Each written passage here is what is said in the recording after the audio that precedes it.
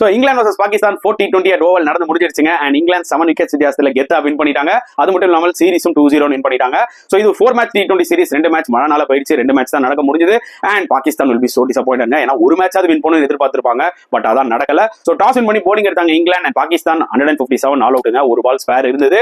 And openers நல்லா start கொடுத்தாங்க. பாபர் அசாம் 36 நல்லா விளாண்டாரு.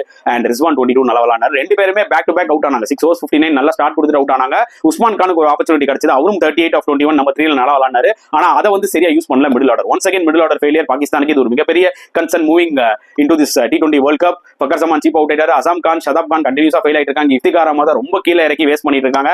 அண்ட் போலிங் வைஸ் எடுத்துக்கிட்டீங்கன்னா இங்கிலாந்துல எல்லாருமே சூப்பரா போட்டாங்க. அதில் ரஷீத் ஃபேண்டாஸ்டிக்கா போட்டாரு, 2 விக்கெட்ஸ் எடுத்தாரு. அண்ட் அவங்க ஃபாஸ்ட் போலிங்கும் சும்மா கும்முன்னு ஏத்துனாங்க. மார்க் கூட்டும் ஜோஃப்ராச்சரும். அண்ட் சேசிங்ல ஃபில் சால்ட், பட்லர் வச்சு செஞ்சுட்டாங்க 82 6 ஓவர்ஸ்லயே.